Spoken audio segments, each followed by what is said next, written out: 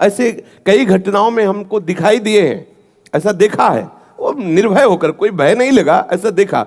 जैसे एक बार 3 बजे हम शौच के लिए कमंडल उठाया, तो जंगल में जाना होता था, कोई शौचालय की ऐसा, वो तो अभी कुछ वर्षों से शौचालय का ऐसी व्यवस्थाएं बनी, नहीं तो ग्रामीण आदि देशों में कहीं शौचालय पूरे नगर में नहीं होती थी, वो तो अभी व्यवस्थाएं हुई।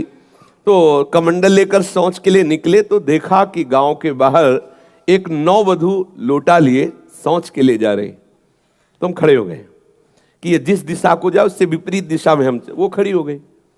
फिर विचार किया कि हमें लगता है ये यहीं शौच में बैठना चाहती, तो हमने रफ्तार बढ़ाई। जब रफ्तार बढ़ाई तो देखा कुछ दूर आगे जा रही, तो लगा कि ये तो पीछे खड़ी थी, आगे।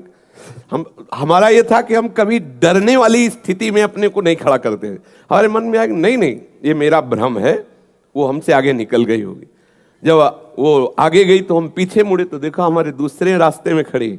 अब हमें पक्का विश्वास हो गया कि ये कोई स्त्री नहीं है, कोई पतित आत्मा है जो इस रूप में है। तो जोर से भगवान नाम उच्चारण, खत्म खेल। ना कोई भय और ना वो हमें दोबारा दिखाई दी। एक बार ऐसा हुआ कि सैमसी में जहाँ गुरु आश्रम है, तो एक खंडेर था, और हमें खंडेर बहुत प्रिय है शुरू से। ऐसा मतलब बिगड़ेल स्थान, पुराना वृक्ष या ऐसे कोई कुटिया, ऐसे पहले संन्यास मार्ग में ऐसे रहना अच्छा लगता था कि जहाँ जिसका किसी काल। तो रात्रि में उस खंडहर में जाकर के लेटे, वहाँ के लोगों ने रोका, आश्रम वाले लोगों ने, वहाँ मत जाइए। हम सोचा आश्रम के कई लोग यहाँ लेटते हैं तो बातचीत करेंगे, इसलिए एकांत।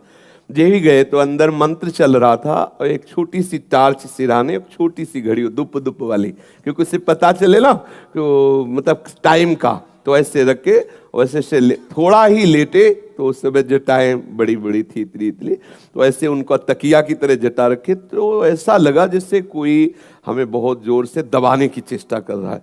तो ऐसे देखा तो मुझे स्पर्श जैसा भी हुआ कि जैसे कोई कड़ा हाथों में एकदम। ऐसा कैसे हो सकता है?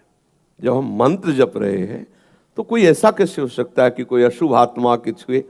तो टार्च लिया, बाहर निकले, कोई नहीं। मुझे लगा कि मेरी मानसिक बिगड़ेल बुद्धि हमको भयभीत करना चाहती है। नहीं नहीं, मैं नहीं मान।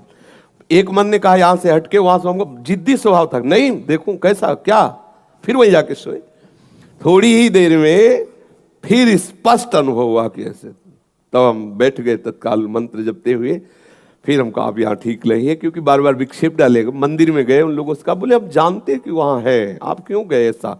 तो हमने जीवन में देखा है कि अगर कहीं ऐसी प्रेत आत्मा आदि हो, वो आपको परेशान नहीं कर सकती। आपको जैसे गोकर्ण के सामने धुंधकारी प्रकट हुआ, कभी वो अग्नि बनता, कभी वो ये बनता, कभी भेड़ बनता, कभी सिंह, समझ गए अधोगति को प्राप्त। लेकिन कोई ऐसा नहीं कि उनका अनिष्ट करे और रो के कह रहा था कि मेरा उद्धार कर दो, मेरा कल्याण कर दो।